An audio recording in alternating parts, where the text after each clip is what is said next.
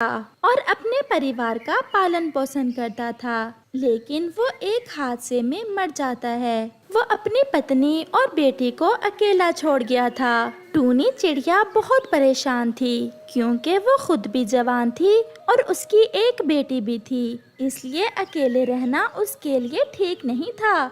बेटी, अब हमारा यहाँ इस जंगल में अकेले रहना ठीक नहीं है। मैंने फैसला किया है कि हम तेरे मामा जी के घर दूसरे जंगल चली जाएंगी। मेरा इस पूरी दुनिया में अपने भाई के अलावा कोई भी नहीं है और हम वहाँ सुरक्षित रहेंगी। मम्मा, लेकिन मैं अपने पापा के बनाए हुए घर को छोड़कर नहीं जाना चाहती। मम्मा, ये वही घर है, यहाँ मेरे पापा मुझे अपने कंधों पर बिठाया करते थे। रात को सोने से पहले मुझे कहानी सुनाया करते थे और अपने पंखों से खाना खिलाया करते थे। मम्मा, मैं कैसे इस घर को छोड़कर जाऊं? अकेली औरतों का रहना नामुमकिन है इस दुनिया में। मेरी बेटी, मैं नहीं चाहती कोई भी मेरी बेटी की तरफ बुरी नज़र से देखे। हमें जाना ही होगा। फिर गुड़िया अपनी मम्मा की बात मान जाती है और अपनी मम्मा के साथ अपने मामा जी के जंगल चली जाती है। आओ आओ मेरी बहन, कैसी हो? भैया, मैं ठीक हूँ। भैया, आप तो जानते हैं, मेरे पति के चले जाने के बाद मैं अकेली हो गई हूँ। मेरी अकेली के लिए बहुत मुश्किल है अपनी बेटी की रक्षा करना, इसलिए मैंने फैसला किया है कि मैं आपके साथ आपके घर में रहूँ। आपको कोई एतराज तो नहीं है? नहीं नहीं मेरी बहन, मुझे कोई एतराज नहीं है। ये जितना घर मेरा है उतना तुम्हारा भी है। तुम्हारा भी इस घर पर बराबर का अधिकार है, इसलिए अब तुम्हें चिंता करने की कोई जरूरत नहीं है। टूनी की भाभी खड़ी सारी बात सुन रही थी। ये सब सुनकर वो तो बहुत गुस्से में आ जाती है। मुन्ने के पापा, जरा मेरी बात सुनना। फिर टूनी का भाई अपनी पत्नी की बात सुनने जाता है। आपको पता नहीं कब अकल आएगी। पहले ही हमारे कारोबार में इतना नुकसान हुआ है, ऊपर से ये आपकी बहन आ गई है। हमारे तो अपने खर्चे बहुत ज्यादा हैं। हम इस टूनी और इसकी बेटी के खर्चे कैसे पूरे करेंगे? मेरी मानो तो इसे अभी घर से निकाल दो। अगर 2-4 दिन रख लिया तो ये तो पक्की ही हो जाएगी। अगर आपने अपनी बहन को ना निकाला तो मैं ही चली जाऊंगी अपने बेटे को साथ लेकर अपने मैके। टूनी भी पीछे खड़ी सब सुन रही थी। भाभी, आप प्लीज अपना घर छोड़कर मत जाना। मैंने तो यहाँ नहीं रहना। मेरी बेटी तो पहले ही अपने घर को बहुत याद कर रही है। मैं यही बताने आपको आई थी कि हम वापस जा रही हैं अपने घर। लेकिन टोनी, मेरी बहन रुको, मेरी बात सुनो। लेकिन टोनी अपने भाई की कोई बात सुने बिना अपनी बेटी को लेकर वहाँ से चली जाती है। मम्मा, ये आपने बहुत अच्छा किया जो आप मुझे लेकर अपने घर वापस आ गईं। देखें तो जरा, हमारे घर में कितनी शांति है। और अगर हम वहाँ रहते तो वहाँ तो पापा मुझे और भी ज्यादा याद आते। इस घर में तो मुझे महसूस होता है कि मेरे पापा मेरे साथ ही हैं। हाँ बेटी, असल सुकून तो अपने घर में ही मिलता है। मैं अब अपनी बेटी को अपने घर से लेकर कहीं नहीं जाऊंगी और मैं अपनी बेटी को जीवन की हर खुशी दूंगी। अपनी बेटी को पढ़ा लिखा कर एक अच्छी और सच्ची पक्षी बनाऊंगी। फिर टोनी अपने जंगल के अमीर पक्षियों के घर में काम शुरू कर देती है और उसे जो पैसे मिलते उससे अपने घर का खर्चा चला लेती। ऐसे ही एक दिन वो चील के घर में काम कर रही थी कि तेज बारिश शुरू हो जाती है। टोनी को तो अपने घर की बहुत चिंता हो रही थी, क्योंकि उसका घर बहुत कमजोर हो चुका था। अपने पति के मर जाने के बाद उसने अपने घर की मरम्मत नहीं की थी, क्योंकि अपने घर को मरम्मत करने का उसके पास समय ही नहीं था। मालकन जी, क्या मैं अपने घर चली जाऊं? मुझे अपनी बेटी की बहुत चिंता हो रही है। कहीं इतनी तेज बारिश में मेरा घर ना टूट जाए। तुम्हें मैं तनख्वाह अपने घर का काम करने के लिए देती हूँ, ना कि तुम्हारे घर की चिंता करने के लिए। चुप करके खाना तैयार करो, मेरे बच्चे स्कूल से पढ़कर आने ही वाले हैं। फिर टूनी शाम तक चील के घर का काम करती है और फिर शाम को अपने घर चली जाती है।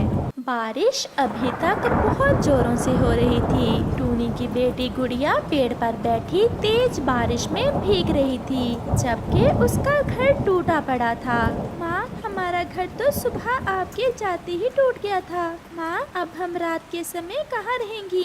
टूनी चिड़िया भी बहुत परेशान थी। फिर गुड़िया के दिमाग में एक विचार आता है, मम्मा, वैसे हम भी ऐसे ही परेशान हो रही हैं। मेरे पापा का ये ऑटो रिक्शा किस दिन काम आएगा? हम ऑटो को ही अपना घर बना लेती हैं। हाँ बेटी, मेरे तो दिमाग में ये बात आई ही नहीं। मेरी बेटी तो सच में बहुत बुद्धिमान है। ये ऑटो का घर तो बहुत सुरक्षित रहेगा। आज से हम अपने ऑटो में ही रहेंगी। फिर वो दोनों माँ बेटी अपने ऑटो को ही घर बना लेती हैं और अपने घर में बहुत खुशी खुशी रहना शुरू कर देती हैं। और अब तो टूनी ने ऑटो चलाना सीख भी लिया था। वो दिन में ऑटो चलाती और रात में उसी ऑटो में सो जाती।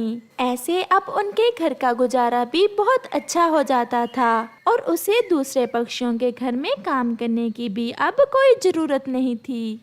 आज जंगल में बहुत बड़ी पार्टी थी। मिठू राजा की बेटी का जन्मदिन था। सारे पक्षी एक जगह इकट्ठे थे। इस खुशी के मौका पर पक्षी नाच रहे थे और मुख्तलिफ तरह के भोजन खा रहे थे। मिठू राजा अपनी बेटी को तोहफे में एक बहुत सुंदर और कीमती हीरों का हार देता है।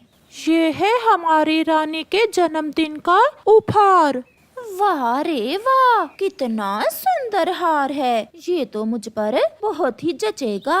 गौरी कवि मन ही मन में ऐसा सोचती है। क्या हुआ गौरी, कहाँ खो गई तुम? कुछ नहीं, चलो जाओ काम करो अपना। सारा मूड खराब कर दिया तुमने मेरा। तुमने मुझे कभी कोई गिफ्ट नहीं ला कर दिया और अब सुकून से देखने भी नहीं दे रहे हो। चल गोजा कहीं का। इसे क्या हो गया, बेवजह ही भड़की फिरती है। कवि मौका पाते ही वो हार चुरा लेती है और वहाँ से भागने की कोशिश करती है। ये सब कालू कौवा देख रहा था। गौरी, ये सब क्या करती फिर रही हो तुम इसका अंजाम नहीं जानती हो। कोई अपनी जगह से नहीं हिलेगा। रानी का हार चोरी हो गया है, सबकी तलाशी ली जाएगी। अरे ये क्या हो गया, अब मैं क्या करूं? कवि के पास ही रानो चिड़िया का पति खड़ा था जो के खाने में मसरूफ था। कवि चुपके से वो हार मानो के पैरों पर रख देती है और शोर मचा देती है। ये देखे, हार मिल गया। अरे ये हार यहाँ कैसे आया? ये हार मैंने चोरी नहीं किया। हर चोर चोरी करने के बाद ऐसा ही कहता है। संतरियों, कैद कर लो इसे और इसके बाकी के परिवार को इस जंगल से निकाल दो। ऐसे चोरों की हमारे जंगल में कोई जगह नहीं है। राजा जी दया करें, मैंने ये हार चोरी नहीं किया। मैं नहीं जानता ये मेरे पास कैसे आया। लेकिन मानो कि कोई नहीं सुनता और उसे कैद कर दिया जाता है और उसके बाकी के परिवार को जंगल से निकाल दिया जाता है। गौरी, ये तुमने बहुत बड़ा पाप किया है। तुम्हें ऐसा नहीं करना चाहिए था। मैं अभी सबको सच बताता हूँ। बता दो, जल्दी करो और फिर मैं डाल दी जाऊंगी कैद में और तुम जग्गू को लेकर जंगल से बाहर खवार होना। चुपचाप घर चलो। कवि कव्वे को जबरदस्ती घर ले जाती है। चिड़िया बेचारी अपने बच्चों को लेकर एक पेड़ पर बैठी हुई थी। वो परेशान थी कि अपने बच्चों को लेकर कहाँ जाए। कवि चिड़िया को देखकर उसके पास आ जाती है। वाह रे छोटी चिड़िया, जान इतनी सी और काम इतने बड़े बड़े। क्या खूब काम किया तुम्हारे पति ने आज। ये जरूर किसी की चाल है। मेरा पति कभी भी ऐसा नहीं कर सकता। तो तुम्हारा क्या मतलब है? वो हार मैंने चुराया था। बोलो बोलो। हाँ, मुझे तो तुम ही पर शक है। तुम ही ऐसे चोरी के काम करती हो। हाँ तो फिर सुन लो, मैंने ही चुराया था वो हार। अब जो करना है कर लो। तुम मेरा कुछ भी नहीं बिगाड़ सकती। राजा जी ने तो तुम्हें सजा दे दी है। अब जल्दी से इस जंगल से निकल जाओ। कहीं ऐसा ना हो राजा जी तुम्हें भी कैद में डाल दें। ऐसा कहकर गौरी कवि वहाँ से चली जाती है। अब अंधेरा बढ़ रहा था। मैं अपने बच्चों को लेकर कहाँ जाऊँ? मैं राजा जी को जाकर सारी सच्चाई बताती हूँ, मगर राजा जी मेरा विश्वास नहीं करेंगे और वो काली कौवी कहाँ मानेगी कि चोरी उसने की थी। फिर चिड़िया अपने बच्चों को लेकर वहाँ से उड़ती है।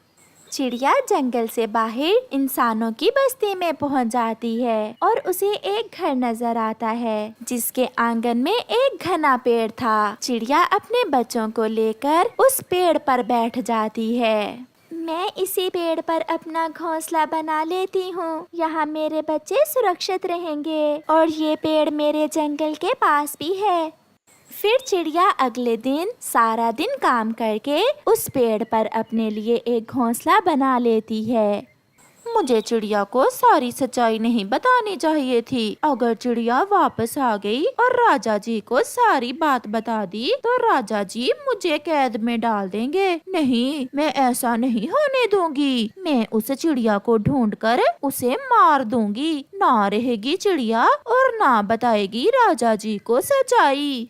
ऐसा सोचते हुए कौवी चिड़िया को ढूंढने के लिए निकलती है।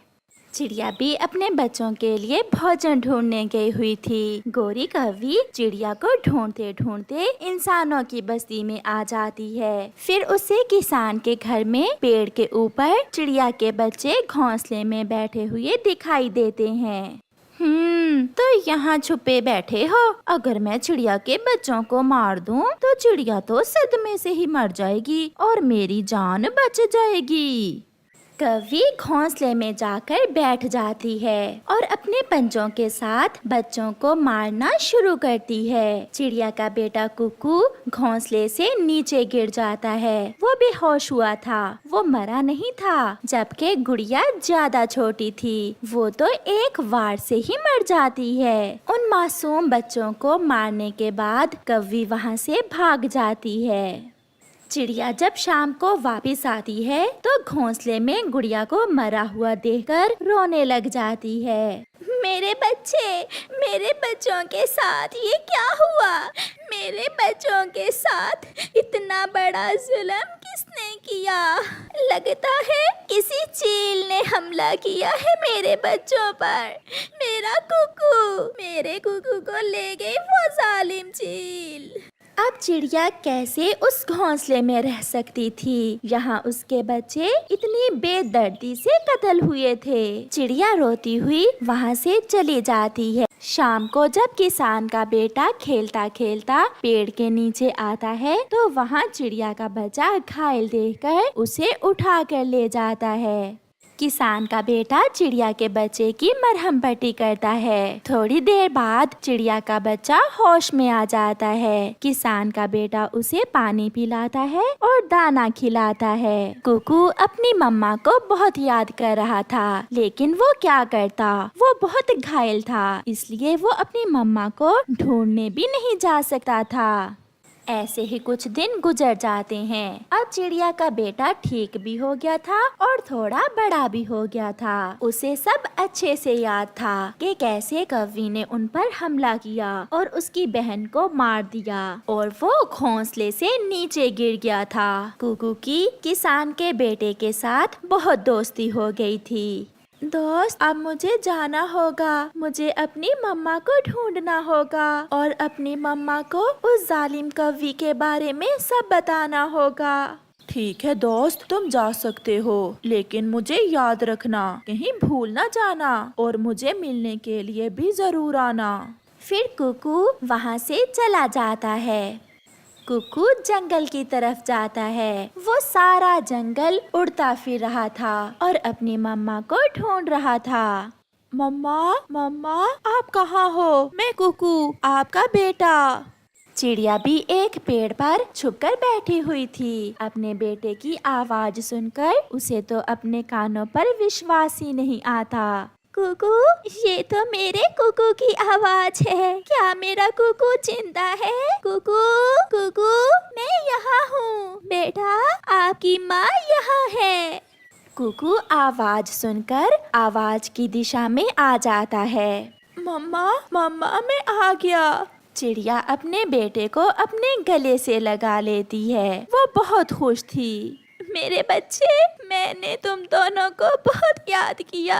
गुड़िया तो हमें छोड़कर चली गई। फिर कुकू अपनी मम्मा को सारी बात बताता है कि कैसे उस काली कौवे ने उन पर हमला किया और कैसे किसान के बेटे ने उसकी मदद की। उस जालिम कौवे को उसके किए की सजा जरूर मिलेगी। तुम चलो मेरे साथ। फिर चिड़िया रोती हुई अपने बेटे को साथ लेकर कालू कौवे के घर जाती है। बाहर निकलो काली कलोटी, तुम बहुत जालिम हो। मैं तुम्हें नहीं छोड़ूंगी। तुमने मेरी बेटी को मार डाला। तुम बहुत बुरी हो। कौवा और कौवी चिड़िया की आवाज सुनकर घर से बाहर आ जाते हैं। गौरी, तुमने चिड़िया के बच्चों को मार डाला। तुम्हारे किए की सजा मेरे बेटे को मिल रही है। मेरा मासूम बच्चा बीमारी के कारण बिस्तर से लग गया है। उसकी बीमारी का किसी डॉक्टर को भी नहीं पता चल रहा। ये सब तुम्हारे कारण हुआ है। तुम्हारे पापों की सजा मेरे बेटे को मिली है। चलो चिड़िया बहन, मैं तुम्हारे साथ मिट्ठू राजा के पास जाता हूँ। अब इस गौरी को इसके किए की सजा जरूर मिलेगी। फिर कौवा चिड़िया के साथ मिट्ठू राजा के पास जाता है और मिट्ठू राजा को सारी सच्चाई बताता है। कौवा अपनी गलती को मानते हुए माफी मांगता है। मिट्ठू राजा कौवे को भी खामोश रहने और बुराई का साथ देने पर कुछ दिनों के लिए कैद कर देता है और कौवे को हमेशा के लिए कैद में डाल देता है। चिड़िया का पति मानो चिड़ा आजाद हो जाता है। फिर कुकू किसान के बेटे का शुक्रिया अदा करने के लिए दोबारा उसी जगह जाता है। किसान का बेटा अपने दोस्त को देखकर बहुत खुश होता है। प्यारे दोस्तों, इस कहानी से हमें सीख मिलती है कि बुराई का अंत भी हमेशा बुरा ही होता है।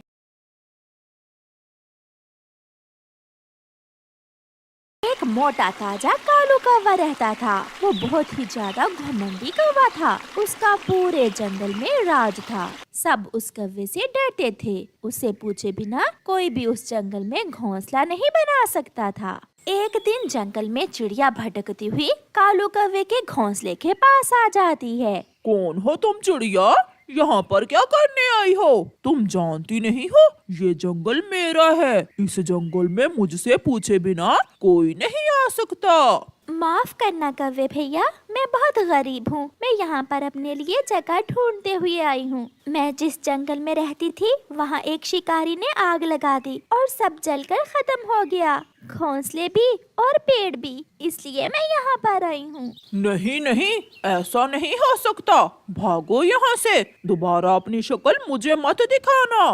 बेचारी चिड़िया उदास होकर वहाँ से चली जाती है। वो इधर उधर उड़ती रहती है। सुबह से रात हो जाती है मगर उस चिड़िया को अपने लिए कोई भी जगह नहीं मिलती। ऊपर वाले, कितनी ठंड हो गई है। अब मैं अपने लिए कहाँ जाऊँ? मैं ऐसा करती हूँ, आज रात इस कौवे के घोंसले के पास जाकर ही सो जाती हूँ। वहाँ मुझे कोई खतरा नहीं होगा। कौवा सोया हुआ था। चिड़िया भी कौवे के घोंसले से थोड़ी दूर जाकर बैठ जाती है। जब आधी रात होती है तो कौवे के घोंसले के पास एक सांप आकर कौवे को खाने लगता है। चिड़िया जल्दी से उड़कर वहाँ जाती है।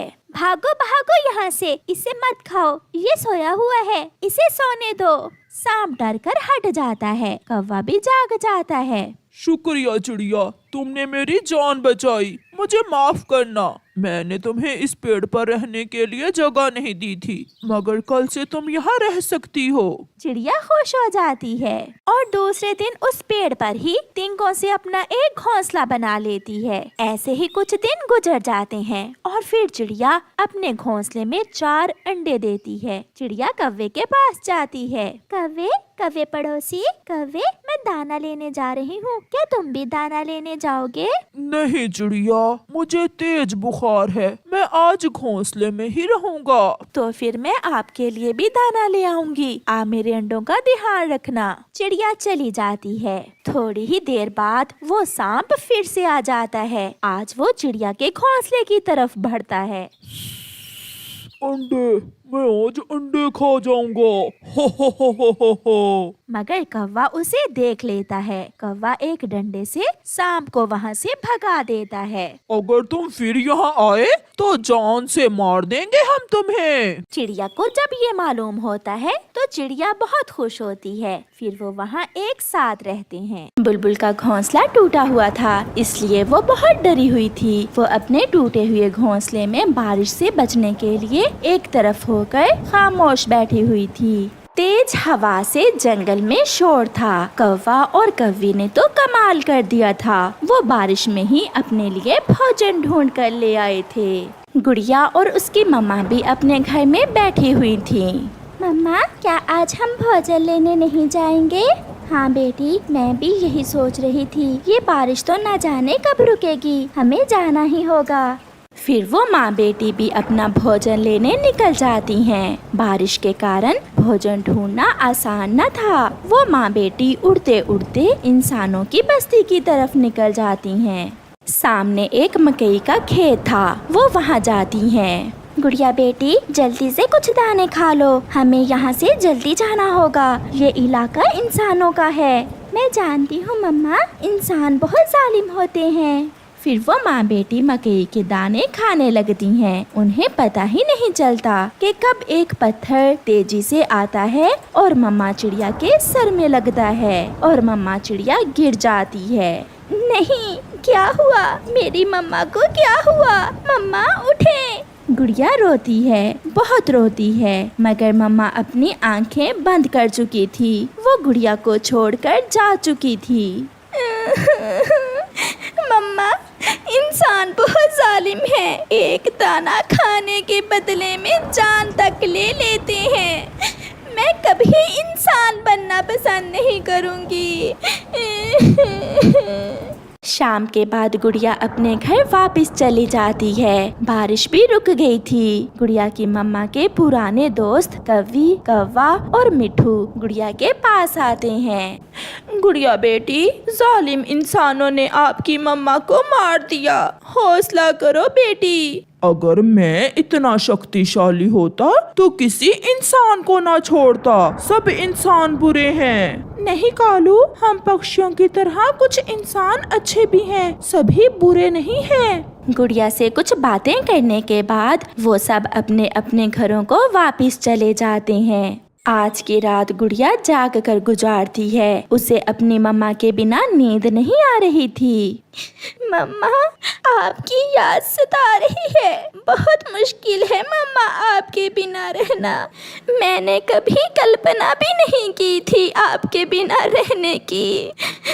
दूसरे दिन आसमान साफ था। घर से तो गुड़िया को निकलना ही था, क्योंकि उसे पता था कि अगर जिंदा रहना है तो बाहर जाना ही होगा, दाना लाना ही होगा। सामने सूखे हुए किक्कर के पेड़ पर बैठे हुए बुरे उल्लू गुड़िया को अकेली जाते हुए देखकर उसे तंग करने लगते हैं। वो उड़ते हैं और गुड़िया को रोक लेते हैं। डरती हुई गुड़िया एक पेड़ पर बैठ जाती है। अकेली ना बाजार जाया करो, नजर लग जाएगी। बहुत सुंदर हो तुम छोटी चिड़िया, चलो मेरे साथ, दाना और फल दूंगा तुम्हें। दुष्ट उल्लू, मुझे जाने दो, वरना मैं शोर मचाकर सबको इकट्ठा कर लूंगी। शोर कैसा? मैं तो आपकी परिभाषा कर रहा हूँ। गुड़िया वहाँ से भाग जाती है। सामने उसे कबूतर चाचा और मिठू नजर आते हैं। उन्हें देखकर गुड़िया की जान में जान आती है। चाचा, चाचा, चाचा कबूतर, वो बुरे उल्लू मुझे तंग कर रहे हैं। शांत हो जाओ बेटी, शांत हो जाओ, पीछे कोई नहीं है। गुड़िया बेटी, अब आपकी मम्मा नहीं है जो आपको हर बुरी आंख से सुरक्षित रखती थी। बेटी, आप ऐसे अकेली बाहर ना आया करो। तो मिठू अंकल, मैं किसके साथ भोजन लेने जाया करूं? बेटी, कौवा और कौवी आपके पड़ोसी हैं, आप उनके साथ ही बाहर निकला करो। ये जंगल अच्छा भी है और बुरा भी, यहाँ पंख पंख पर संभल कर रहना होगा। फिर उस दिन गुड़िया चाचा कबूतर और मिठू तोते के साथ भोजन लेकर वापस घर चली जाती है। दिन तो गुजर जाता, मगर रात गुड़िया के लिए बहुत मुश्किल थी। रात होते ही गुड़िया को अपनी माँ की याद सताने लगती। मेरे पास आओ मेरी बेटी, मेरे पास आओ, मैं यहाँ हूँ। अपनी माँ के ख्याल गुड़िया को सोने ना देते। वो चौंक चौंक कर उठती और फिर लेट जाती।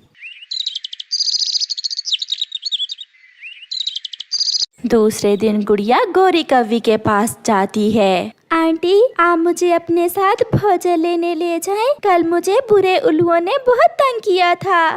गुड़िया बेटी, ऐसे जीना बहुत मुश्किल है। मैं चाहती हूँ कि आप शादी कर लें। शादी का शब्द एक बार तो गुड़िया को बहुत अजीब सा लगता है, क्योंकि उसने तो कभी शादी के बारे में सोचा ही ना था। गुड़िया बेटी, एक चिड़ा है मेरी नजर में, वो बहुत अच्छा है। वो आपको हमेशा खुश रखेगा। आंटी, अब माँ के बाद आप ही मेरे सब कुछ हैं। कालू चाचा, कबूतर चाचा, मिठू अंकल, और आपके सिवा मेरा कौन है इस जंगल में। उस दिन गुड़िया गौरी आंटी के साथ भोजन लेने जाती है। आज गुड़िया खुद को सुरक्षित समझ रही थी। गुड़िया को एक पेड़ पर अमरूद खाते हुए देखकर उल्लू फिर से वहाँ आता है। सुंदर चिड़िया, एक बार अपना नाम तो बता दो। पीछे से गौरी कव्वी भी आ जाती है। कमबख्त, जाओ जाकर अपनी माँ का नाम पूछो, अपनी बहन का नाम पूछो। मैं अभी कालू को बुलाती हूँ, हम सब सीधा करते हैं तुम्हें। नहीं, मैं तो मजाक कर रहा था। उल्लू वहाँ से भाग जाता है। आंटी, सच कहा आपने, इस जंगल में अकेले जीना बहुत मुश्किल है। आप मेरी शादी कर दें। फिर गौरी कव्वी दूसरे जंगल जाती है और उस चिड़े को बुलाकर गुड़िया और उसकी शादी कर देती है। वो चिड़ा गुड़िया को बिहाकर अपने साथ ले जाता है। वो घर छोटा जरूर था, मगर वहाँ गुड़िया सुरक्षित थी। चलें भोजन लेने, आपको भूख लगी होगी। ये वही शब्द हैं जो मेरे मम्मा पापा कहा करते थे। चलें, मैं तैयार हूँ। ऐसे दिन रात गुजरते गए और गुड़िया अपने जीवन में मगन हो जाती है। और फिर एक दिन गुड़िया अपनी गोद में एक छोटी सी चिड़िया को लिए बैठी थी, जिसका नाम उसने मुन्नी रखा था। आज वो बहुत खुश थी, क्योंकि वो माँ बन गई थी और अपनी बेटी को देखकर वो जिंदगी के सभी पुराने दुख भूल चुकी थी। प्यारे दोस्तों, जिंदगी इसी का नाम है, एक ना एक दिन बिछड़ जाना है। इसलिए अपने मम्मा पापा से बहुत बहुत प्यार करें। आपका धन्यवाद।